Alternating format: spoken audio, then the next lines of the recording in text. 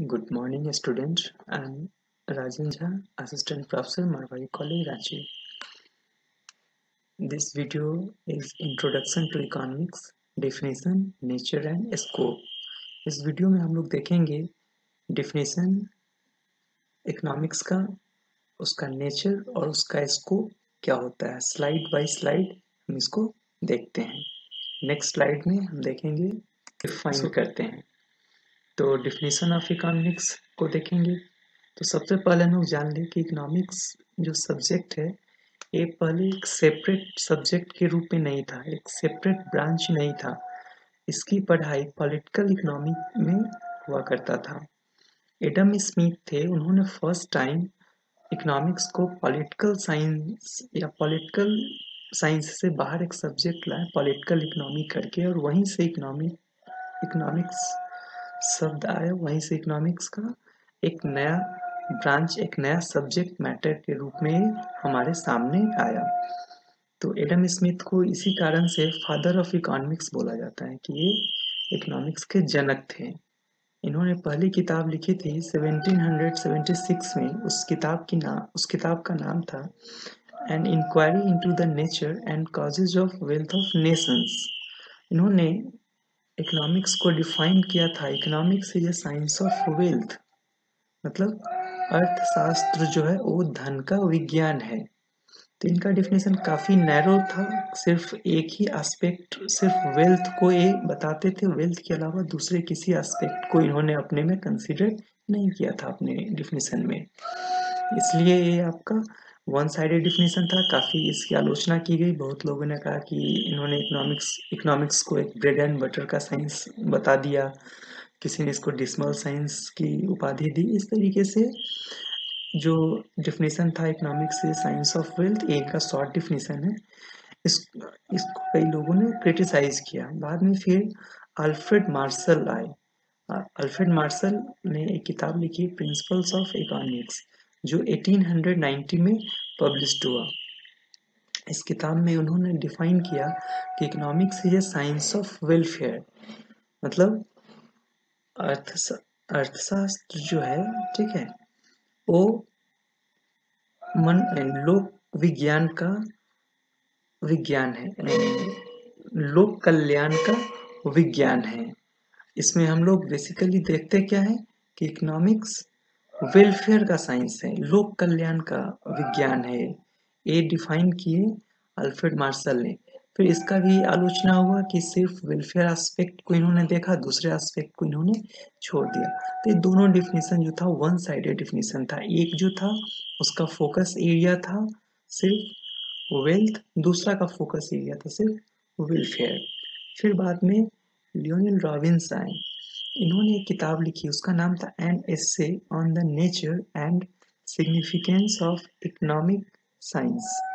ये 1932 में पब्लिश हुआ। शॉर्टकट में इन्होंने डिफाइन किया कि economics is science of scarcity. इन्होंने बतलाया कि जो अर्थशास्त्र है वो चुनाव का विज्ञान कहिए इसको, या एक कमी जो स्कार्सिटी है उसका ही विज्ञान है। इन्होंने पूरा जो डिफाइन किया वो इस तरीके से था कि economics is a science which studies human behaviour as a relationship between ends and scare means which have alternative uses। Means कि इकोनॉमिक्स जो है एक ऐसा साइंस है जो ह्यूमन बिहेवियर का रिलेशनशिप किसके साथ शो करता है, स्केयर मीन्स एंड एंड्स के साथ, और वैसे मीन्स जिसका अल्टरनेटिव यूजेज हो। तो यहाँ पे उन्होंने दो तीन टर्म नया यूज किया। एक उन्होंने दिखाया कि एंड्स, मतलब एंड्स होता है हमारा वांट्स। तो ह्यूमन वांट्स जो है, हम सबको ही जानते हैं कि ह्यूमन वांट्स आर अनलिमिटेड। जो हमारा वांट्स है वो क्या है, अनलिमिटेड है।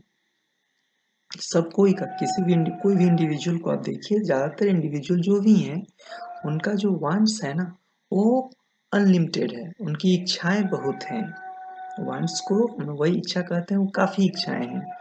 तो वांट्स हमारे काफी अधिक हैं, लेकिन हमारे वांट्स अधिक हैं, लेकिन जो उस वांट्स को पूरा करने के लिए जो रिसोर्सेज हैं, जो मीन्स हैं, वो लिमिटेड हैं।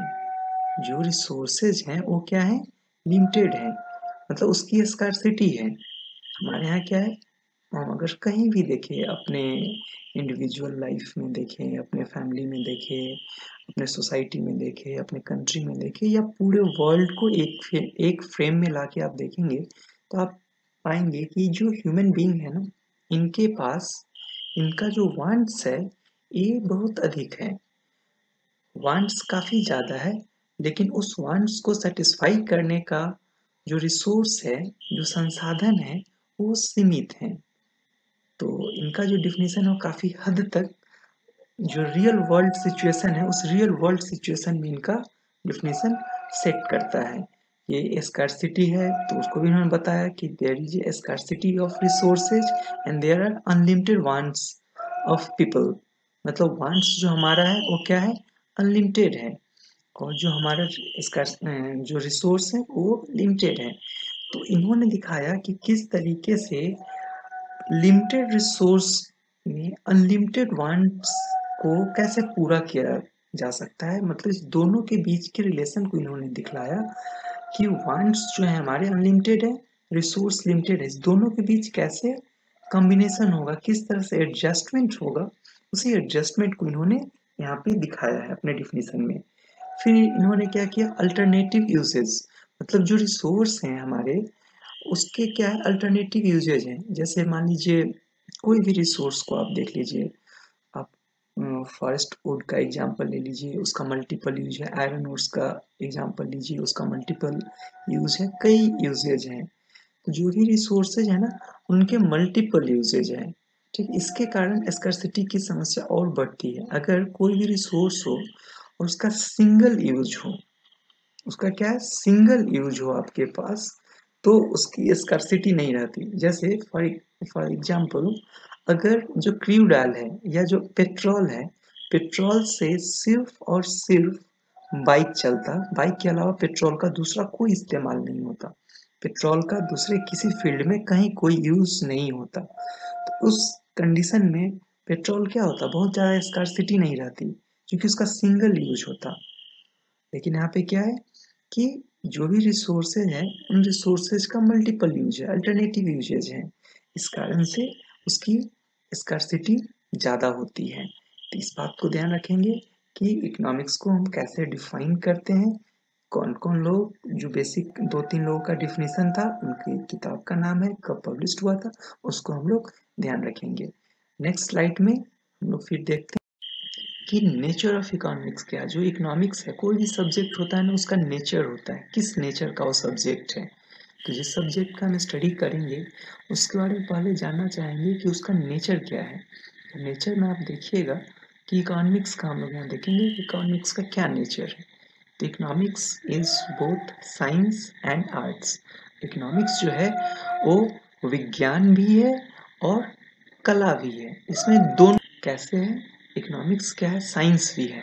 तो साइंस का हम लोग कैसे डिफाइन करते हैं कि एक सिस्टमेटिक स्टडी अगर कोई हो तो वो साइंस कहलाता है। तो यहाँ पे आप देखिएगा कि जो इकोनॉमिक्स है, ठीक है, वो साइंस का भी इसमें गुण है, क्योंकि एक सिस्टमेटिक स्टडी है यहाँ पे। और दूसरा क्या है कि कॉज एंड इफेक्ट रिलेशनशिप भी हम इकोनॉमिक्स में देखते हैं। सिस्टमेटिक स्टडी का मतलब है कि हम कोई भी थ्योरी को पढ़ेंगे तो उस थ्योरी का एक सिस्टमेटिक तरीके से मॉडलिंग किया जाएगा, मॉडलिंग को फिर उसको स्टैटिस्टिक्स मैथमेटिक्स के थ्रू टेस्ट किया जाएगा कि जो थ्योरी है वो सही है या नहीं है, फिजिबल है कि नहीं है। इन सब चीज़ों को हम लोग देखते हैं उसमें कि एक सिस्टमेटिक स्टडी है। दूसरा ऐसे भी समझ सकते हैं कि जब हम इकोनॉमिक्स को पढ़ते हैं ना, तो हम पहले देखते हैं कि पहले हम सबसे पहले इसके कंज्यूमर के पार्ट को पढ़ते हैं, कंज्यूमर का क्या क्या बिहेवियर है, कंज्यूमर कैसे बिहेव करता है। फिर हम प्रोड्यूसर साइड को देखते हैं, फिर प्रोड्यूसर के सारे बिहेवियर को देखते हैं, मार्केट को देखते हैं। तो ये पूरा का पूरा जो सब्जेक्ट है ना, एक सिस्टमेटिक स्टडी है। आप कोई भी लॉ पढ़िएगा, इसमें कोई भी थियरीज को पढ़िएगा, कोई भी थ्योरम पढ़िएगा इकोनॉमिक्स का, वो सब आपको दिखेगा कि एक सिस्टमेटिक स्टडी है, एक दूसरे से लिंक्ड है और एक दूसरे के क्रम में है, तभी उसका आप स्टडी सही से कर पाएंगे। अगर आप सिस्टमेटिक स्टडी नहीं हो इकोनॉमिक्स का, तो हम कुछ समझ नहीं सकते हैं। कोई पहले वेलफेयर पढ़ा दिया जाए, फिर उसको मार्केट पढ़ा दिया जाए, मार्केट के बाद फिर कमोडिटी मार्केट और जो मनी मार्केट है वो हम देख लें, फिर फैक्टर मार्केट देख लें, और तब फिर हम आए प्रोड्यूसर बिहेवियर को देखने, फिर हम आए कंज्यूमर बिहेवियर को देखने ना, तो वो पूरी तरह से हम समझ नहीं पाएंगे। लेकिन यहाँ पे क्या है कि एक सिस्टमेटिक स्टडी है, एक के बाद एक का स्टडी हम करते जाते हैं। दूसरा क्या है कि यहाँ पे कॉज एंड इफेक्ट रिलेशनशिप को भी हम लोग देखते हैं। जैसे प्राइस बढ़ा तो डिमांड कम हो गया, प्राइस कम हुआ तो उसका इफेक्ट क्या हुआ, डिमांड इंक्रीज कर गया। रेट ऑफ इंटरेस्ट ज़्यादा हो गया तो इन्वेस्टमेंट कम हो गया, रेट ऑफ इंटरेस्ट कम हो गया तो इन्वेस्टमेंट ज़्यादा हो गया। ठीक है, मनी सप्लाई ज़्यादा हो गया तो इन्फ्लेशन हो गया, मनी सप्लाई कम हो गया तो उसका इफेक्ट हो गया कि मार्केट में डिफ्लेशन की सिचुएशन आ जाती है। तो ये सारा जो है वो कॉज एंड इफेक्ट रिलेशन में है, इसीलिए हम कहते हैं कि इकोनॉमिक्स जो है एक साइंस है। सेकेंड हम लोग देखते हैं कि साइंस भी दो तरह का है, पॉजिटिव साइंस और नॉर्मेटिव साइंस। तो इकोनॉमिक्स क्या पॉजिटिव साइंस है या नॉर्मेटिव साइंस है? फिर यहाँ पे बात है कि इकोनॉमिक्स पॉजिटिव साइंस भी है और नॉर्मेटिव साइंस भी है। पॉजिटिव साइंस कैसे? तो जो कॉज एंड इफेक्ट को दिखाता है वो पॉजिटिव साइंस होता है। नॉर्मेटिव साइंस बतलाता है कि किसी चीज का एक सॉल्यूशन कि क्या होना चाहिए, सिर्फ प्राइस कम जाए और डिमांड बढ़ जाए, ये आपको कॉज इफेक्ट है, कॉज एंड इफेक्ट रिलेशन है, ये पॉजिटिव साइंस में होगा। लेकिन इन्फ्लेशन हाई है, इसको कैसे कंट्रोल किया जाए, ठीक है, इन्वेस्टमेंट लो है, इसको कैसे इंक्रीज किया जाए, तो ये सब क्या है नॉर्मेटिव साइंस, नॉर्मेटिव एनालिसिस में हम पढ़ते हैं कि जिस प्रश्न का जवाब व्हाट आउट टू बी में है उसको भी इकोनॉमिक्स सॉल्व करता है, इसलिए इसको हम लोग नॉर्मेटिव साइंस भी बोलते हैं। अब बात है कि इकोनॉमिक्स जो है वो आर्ट्स कैसे है, तो इकोनॉमिक आर्ट भी है। एक क्या है कि आपको कोई भी प्रॉब्लम है, उसको कोई भी इकोनॉमिक गोल आपका है, उसको अचीव करने का एक प्रैक्टिकल एप्लीकेशन दिखाता है, एक जो व्यवहारिक उसका प्रयोग है वो आपको ये सिखाता है इकोनॉमिक्स। दूसरी तरफ आर्ट्स भी है कि आप देखते होंगे कि सरकार हमसे टैक्स भी लेती है और हमारे ऊपर उसका बर्डन भी ना हो ज़्यादा, मतलब हम जनता से टैक्स भी ले और जनता को ये बहुत ज़्यादा फील भी ना हो, जनता के अंदर कोई रोष भी ना हो।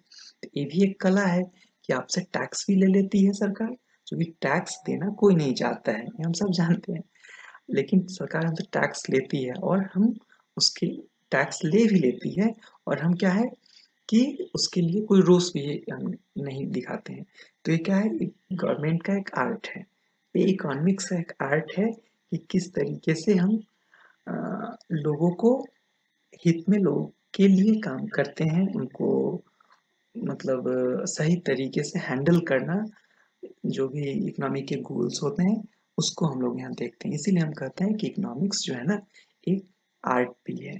ठीक है, नेक्स्ट में हम लोग देखते हैं कि स्कोप ऑफ इकोनॉमिक्स। स्कोप का मतलब होता है कि हम कोई भी चीज को पढ़ते हैं ना तो हमें ये समझ में आना चाहिए कि रियल में क्या है, रियल में जो भी सब्जेक्ट हम पढ़ रहे हैं उसमें क्या पढ़ना है, उसका क्या स्कोप है, क्या उसमें हमको पढ़ने को मिलता है, उसका स्कोप कहीं है। इसी को हम लोग सब्जेक्ट मैटर भी बोलते हैं कि कोई भी सब्जेक्ट की कितना विशाल है, कितना डेप्थ है उसका, कहाँ से कहाँ तक का सब्जेक्ट मैटर को कवर करता है, इसको हम लोग देखते हैं कि स्कोप ऑफ इकोनॉमिक्स क्या है।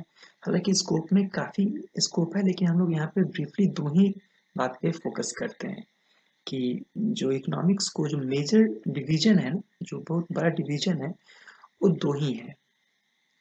ठीक है, एक है आपका माइक्रो इकोनॉमिक्स, ठीक है, इसको हम लोग हिंदी में समष्टि अर्थशास्त्र कहते हैं, नहीं व्यष्टि अर्थशास्त्र कहते हैं, और मैक्रो इकोनॉमिक्स इसको हम लोग समष्टि कहते हैं। तो हिंदी से ज़्यादा इंग्लिश याद रखिएगा, माइक्रो, माइक्रो इकोनॉमिक्स जो है उसको हम लोग ऐसे डिफाइन करते हैं कि the branch of economics that examines the functioning of individual industry, firm and behavior of individual decision-making units like firms and households। मतलब कि जो माइक्रो इकोनॉमिक्स है ना वो इंडिविजुअल का स्टडी करता है, जैसे सिंगल कोई एक फर्म, कोई एक इंडस्ट्री, ठीक है, एक हाउस होल्ड, इसका स्टडी करता है। मतलब जो स्टडी एक फर्म का हो या एक इंडस्ट्री का हो, एक व्यक्ति या एक हाउस होल्ड का हो, वो सारा कहलाता है, वो सारा स्टडी आपका आता है माइक्रो इकोनॉमिक्स में।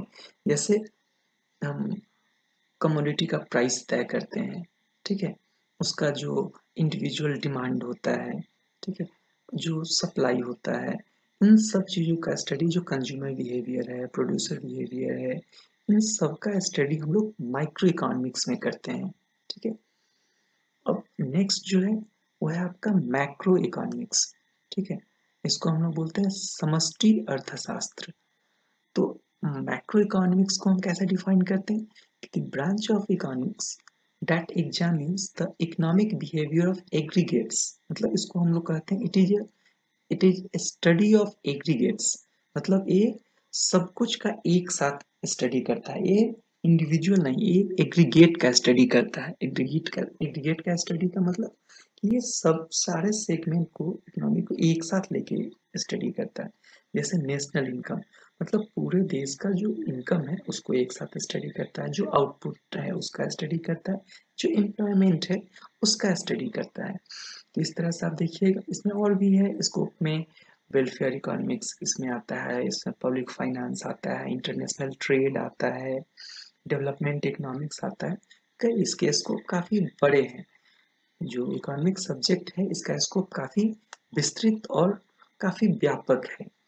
इसमें हम जैसे वेलफेयर इकोनॉमिक्स पढ़ते हैं कि उसमें देखा जाता है कि लोक कल्याण को कैसे बढ़ाया जाए, पब्लिक वेलफेयर को कैसे ज़्यादा से ज़्यादा किया जाए, मैक्सिमाइज कैसे किया जाए। इंटरनेशनल ट्रेड, उसमें हम लोग देखते हैं कि अंतर्राष्ट्रीय व्यापार जो है, एक देश का दुनिया के दूसरे देशों के साथ व्यापार किस तरीके से हो रहा है, उसमें क्या सिद्धांत काम कर रहे हैं, कि क्या क्या कौन कौन सा इंस्टीट्यूशन उसमें इन्वॉल्व है, क्या क्या उसमें टर्म्स है, इन सब चीज़ का स्टडी हम फिर करते हैं इंटरनेशनल इकोनॉमिक्स में। फिर पब्लिक फाइनेंस होता है। पब्लिक फाइनेंस में फिर हम जो गवर्नमेंट का इनकम है, जो एक्सपेंडिचर है, जो टैक्सेशन है, इससे रिलेटेड जो गवर्नमेंट का डेट है, ठीक है, इन सब चीज़ों का पब्लिक एक्सपेंडिचर जो है, मतलब वही गवर्नमेंट का एक्सपेंडिचर हो, इन सब का स्टडी हम करते हैं फाइनेंस में, पब्लिक फाइनेंस में या पब्लिक इकोनॉमिक्स में। फिर है डेवलपमेंटल इकोनॉमिक्स, उसमें हम लोग पढ़ते हैं कि इकोनॉमी को डेवलप करने के लिए क्या-क्या मॉडल्स हैं, किस-किस मॉडल से हम इकोनॉमी को बेहतर कर सकते हैं, उसका डेवलपमेंट हो सकता है। इन सब चीज़ों का स्टडी जो है हम लोग करते हैं यहाँ पे डेवलपमेंटल इकोनॉमिक्स में। इसी तरह से कई ब्रांच मॉडर्न टाइम में भी कई ब्रांच बनते चले गए, ठीक है। तो सब्जेक्ट मैटर जो इकोनॉमिक्स का काफ़ी विस्तृत है, ठीक है। इस तो यहाँ तक हमने देखा इस वीडियो में कि इकोनॉमिक्स क्या है, इकोनॉमिक्स का कैसे हमने डिफाइन किया, इकोनॉमिक्स का नेचर क्या है, इकोनॉमिक्स का स्कोप क्या है। फिर नेक्स्ट वीडियो में हम लोग देखेंगे इस इकोनॉमी का टाइप क्या है और सेंट्रल प्रॉब्लम्स ऑफ इकोनॉमी क्या है, उसको नेक्स्ट वीडियो में देखेंगे। तब तक इस वीडियो को देखिए, समझिए। कोई प्रॉब्लम हो तो आप कमेंट में लिखिए, चैनल को सब्सक्राइब कीजिए। Thank you. फिर नेक्स्ट वीडियो में मिलते हैं।